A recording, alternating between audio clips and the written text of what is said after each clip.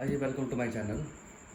अब हम यहाँ पे जो डिस्कस कर रहे हैं वो है ऑप्टिक्स का पार्ट। ऑप्टिक्स के अंदर हमारे पास 7 करीब टॉपिक में डिवाइड है पूरा ऑप्टिक्स। से पहला टॉपिक है, नाम है इसका mirror, plane mirror, spherical mirror और रिफ्लेक्शन ऑफ लाइट। इससे जितने भी क्वेश्चन पेपर में आते हैं इस टॉपिक से रिगार्डिंग वो मैं डिस्कस कर रहा हूँ, ठीक है। आइए पहला क्वेश्चन पर बात करते हैं। तो पहला क्वेश्चन जो हमारे पास ये है वो है कि नंबर ऑफ इमेज कितनी होती है। Number of image formed by inclined mirror।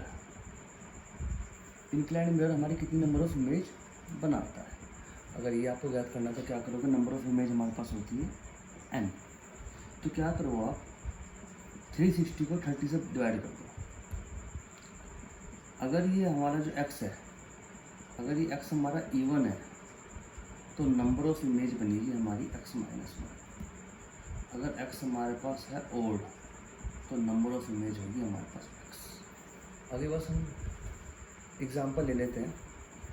जैसे कोई इंक्लाइन थीटा हमारे पास 60 है तो कितनी नंबर ऑफ इमेज बनेगी। तो आप क्या करो 360 अपॉन 60 से भाग करो 60। तो ये हमारे पास क्या है, E1 है। तो नंबर ऑफ इमेज कितनी हो गई, -1 इजिकल टू 5। पहले एक क्वेश्चन तो ये तैयार हो गया, ठीक। ऐसे क्वेश्चन को तैयार होगा। दूसरी बात हम यहाँ पे बात करते हैं तो नंबर ऑफ इमेज तैयार होगी। हमें क्वेश्चन कुछ अलग तरीके से भी आ सकता है पेपर में। यही वजह से आपको थीटे के फॉर्म में बना के दे दिया अलग अलग क्वेश्चन के इसलिए। जैसे देखो ये तो हमारे पास इंक्लाइंड प्लेन होता है। ये हमारे पास हमने मान लिया कि भाई एक मिरर है और इसके बीच का एंगल हमारे पास कितना है, x है। भाई मैंने मान लिया x है। तो हम इस पर कैसे कैसे चीज़ें क्वेश्चन कर सकते हैं। भाई मैं कह रहा हूँ कि जैसे एक रे ऑफ इंसिडेंट आई, टकराई और यहाँ पे रिफ्लेक्शन हुआ, तो रिफ्लेक्शन कैसे होगा, रिफ्लेक्शन तो ऐसे होगा। रिफ्लेक्शन कैसे होगा, रिफ्लेक्शन तो ऐसे होगा। रिफ्लेक्शन का फ़ायदा क्या है, रिफ्लेक्शन का फ़ायदा ये है कि जो वाई यहाँ पर है वही वाई यहाँ पर होगा और टकराने के बाद क्या पता रेज ऐसे चली जाए। तो आप ये बताओ उस टाइम पे क्या क्या चीज़ें होंगी। ये x है तो मजे की बात है बच्चों, ये x है तो हमारे पास ये x है। ये हमारे पास z है तो ये हमारे पास z है। इस टाइम पे z plus y is equal to 90 degree है। z plus x is equal to 180 degree है। ये कंसेप्ट आप याद कर लो और यहाँ से आप क्वेश्चन फिर निकाल सकते हो। तो इस कंसेप्ट का नाम है हमारे पास, इसका नाम है इंसिडेंट रे। तो ये हमारे पास है इंसिडेंट रे प्लस रिफ्लेक्शन ये टॉपिक। तो क्या पता आपको इस तरह का क्वेश्चन पेपर में देखने को मिल जाए, ठीक। आई बात समझ में कैसे निकलेगा। तो आपसे ये एक्स पूछ सकते हैं, तो आपसे क्वेश्चन पूछ सकते हैं। लेट अब हमारे पास जो क्वेश्चन हमारे उसमें दिया हुआ है आपको क्वेश्चन पेपर के अंदर, उस पर मैं डिस्कस कर लेता हूँ। उसमें दिया हुआ था क्वेश्चन कि एक रे है जिसका एंगल जो है वो कितना है, 70 है। तो एक रे आई, टकराई और टकरा के ऐसे पहुंच गई। तो ये बताओ ये एंगल कितना है, ये कितना एंगल है, ये पूछा था। मैं दोबारा बनाता हूँ फिगर से, मैं एंगल दोबारा फिगर बना देता हूँ। तो मैं सिर्फ कर देता हूँ, चलिए 1 मिनट।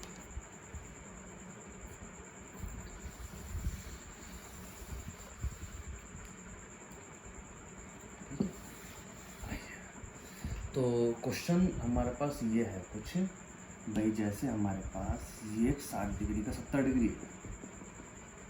ये हमारे पास क्या है, इंक्लाइंड प्लेन है जिसकी कितना 70 है। तो यहाँ से एक रे आई, रिफ्लेक्शन हुई इसकी, होने के बाद रे वो चली गई। तो आपसे क्वेश्चन ये पूछा है कि इसमें ये बताओ ये एंगल कितना है, ठीक है। तो मैंने अभी क्या बताया, ये 70 है तो ये कितना हुआ 70, ये कितना हुआ 70, तो ये कितना हुआ 7 दूनी 14, 180 का होना चाहिए पूरा एंगल और 40। तो आपके x की वैल्यू कितनी होगी 40 और आपसे पूछा है कि ये बताओ एंगल रिफ्लेक्शन कितना है, तो x plus y is equal to कितना है 90, तो 40 प्लस वाई इजिकल टू 90, तो y की वैल्यू है 50। ठीक, यहाँ तक बात समझ में आ गई होगी आपको, क्लियर समझ में आ गया होगा मैं क्या बता रहा हूँ आपको। चलिए तीसरी बात करते हैं, टॉपिक नंबर 3 पे बात करते हैं। अगर किसी को अपनी पूरी इमेज देखनी है, to see his full image in plane mirror, a person require a mirror of at least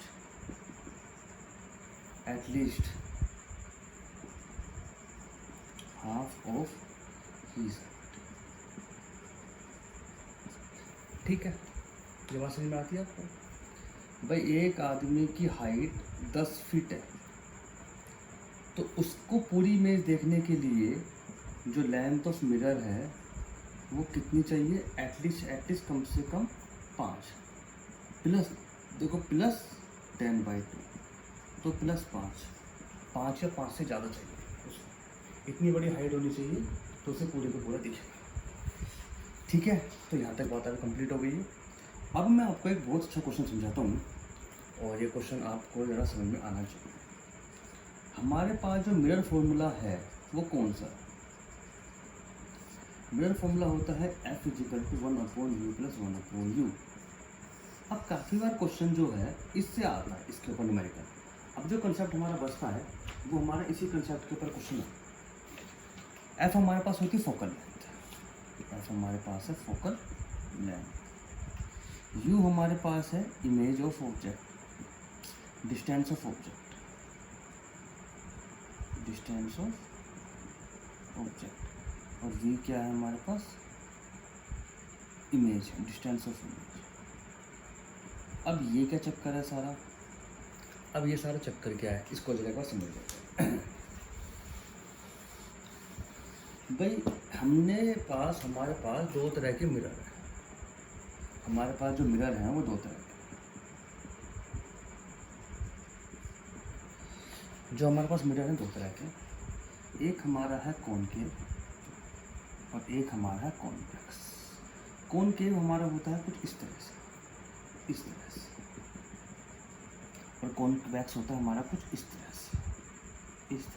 ठीक है, तो इसमें हो क्या रहा है कि एक ना इमेज ऑब्जेक्ट होता है, इसकी अपनी फोकल लेंथ होती है, इनकी अपनी फोकल लेंथ होती है। कॉनकेव की फोकल लेंथ हमेशा नेगेटिव होती है, इसकी फोकल लेंथ हमेशा पॉजिटिव होती है। ठीक, तो ये फोकल लेंथ होती है। जहाँ पर ऑब्जेक्ट रखा होता है इसको तुम कहते हैं यू, और जहाँ पर इसकी इमेज बनेगी अगर वो पीछे इधर बननी है तो उसे लेंगे पॉजिटिव, और इधर इस साइड सारे नेगेटिव होते हैं।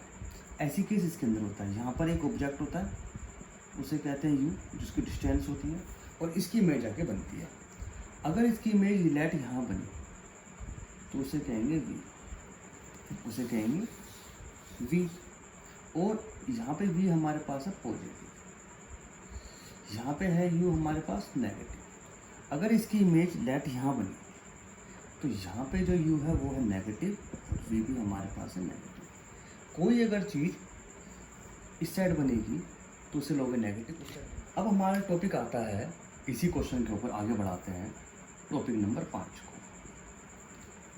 टॉपिक नंबर 5, अब हमारे पास टॉपिक नंबर 5 हमारे पास क्या है कि भाई डिस्टेंस का चेंज होना और इमेज का चेंज होना with the time, change of distance of object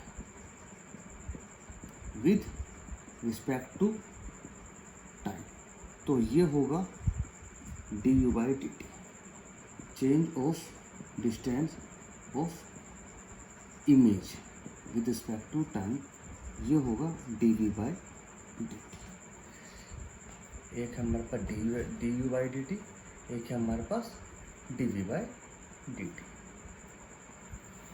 तो इसके लिए हम कैसे निकालते हैं, 1/f is equal to 1/v plus 1/u। जब आप इसे डिफ्रेंशिएट करोगे तो कुछ ना कुछ निकल के आएगा।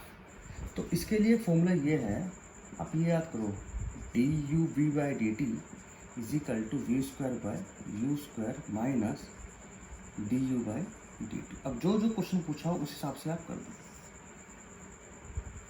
एक और बताता हूँ आपको formula, D V by D T is equal to minus F upon U minus F का whole square is equal to D you by D T. ये दो फॉर्मूले आपको पता होने चाहिए हमेशा। अब जैसे मान लो एक क्वेश्चन, अब क्वेश्चन सुन रहा, एक आदमी गाड़ी में बैठा है, उसका जो मिरर है उसकी फोकल लेंथ है 20 सेंटीमीटर। उसके पीछे से एक गाड़ी आ रही है, उसकी जो दूरी है वो कितनी है, मैंने मान लिया 2.8 या मैंने कह दिया 30 मीटर।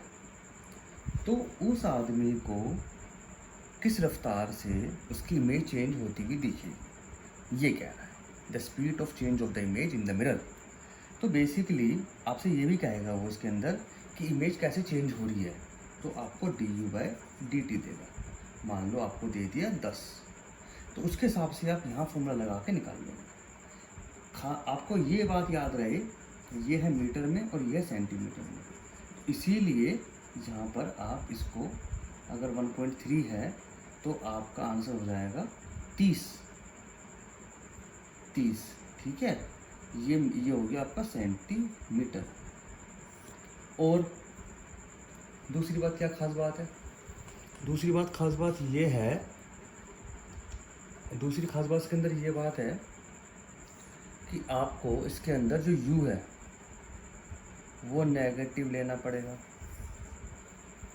क्योंकि हमारे पास जो कार है तो इधर से हम इधर देंगे, हमारे पास ऑब्जेक्ट इधर होगा ना, तो u तो हमारे पास यहाँ पर होगा, तो u हमारे पास नेगेटिव यहाँ पर होगा, ठीक है।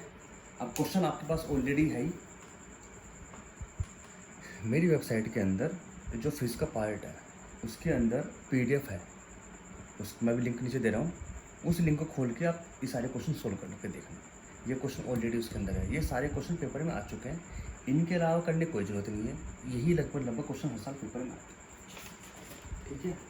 तो यहाँ तक हमारी होगी बात की, तो मैं ऐसा रफ कर सकता हूँ। चलो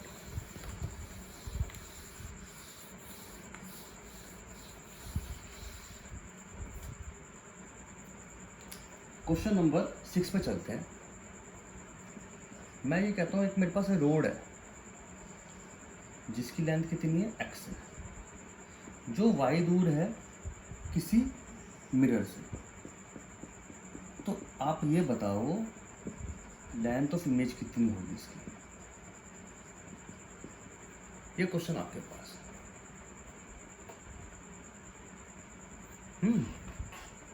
ये क्वेश्चन आपके पास, ये मैं नीचे लिखता हूँ, x है, ठीक। तो क्या करना पड़ेगा आपको, पहले तो 1/f is equal to 1/u plus 1/v लेना पड़ेगा। पहले आप इस पॉइंट से इमेज निकालो, फिर आप यहाँ से इमेज निकालो, उनको माइनस कर दो, आपकी लेंथ ऑफ इमेज हो जाएगी। तो केस नंबर 1 आपका चलेगा पहले कैसे, भाई मैंने मान लिया ये हमारे पास कॉनकेव है या कॉन्वेक्स मान लेते हैं, तो 1/f is equal to 1/u। ये जो y है, ये जो u है वो कितना है, वो है आपका y, तो 1/v। अच्छा इस साइड है तो आपको माइनस में लेना पड़ेगा, तो आपका v1 निकलेगा, ठीक। फिर केस नंबर 2 में देखो, 1/f is equal to 1/y plus x plus 1/v2, तो आपका निकलेगा v2 यहाँ से। तो लेंथ ऑफ इमेज जो आपसे पूछा है L, वो L होगा आपके पास v2 माइनस v1, कोई भी माइनस कर देना, बस प्लस में आनी चाहिए, डेट से आंसर। आगे बात समझ में, इसके ये क्वेश्चन समझ में आ गया तुमको। ये क्वेश्चन हमारे पास क्या कर रहा है कि अब आपको क्या करना है कि हमेशा लेंथ ऑफ इमेज निकालनी है। तो लेंथ ऑफ इमेज हम आपके समझ में आगे निकालनी कैसे निकालना है, खत्म, डेट्स इट। फिर इस क्वेश्चन हमारा कंप्लीट हो गया है। अच्छा, इसके अलावा एक क्वेश्चन में और बात कर लेता हूँ। मैं ये कह रहा हूँ,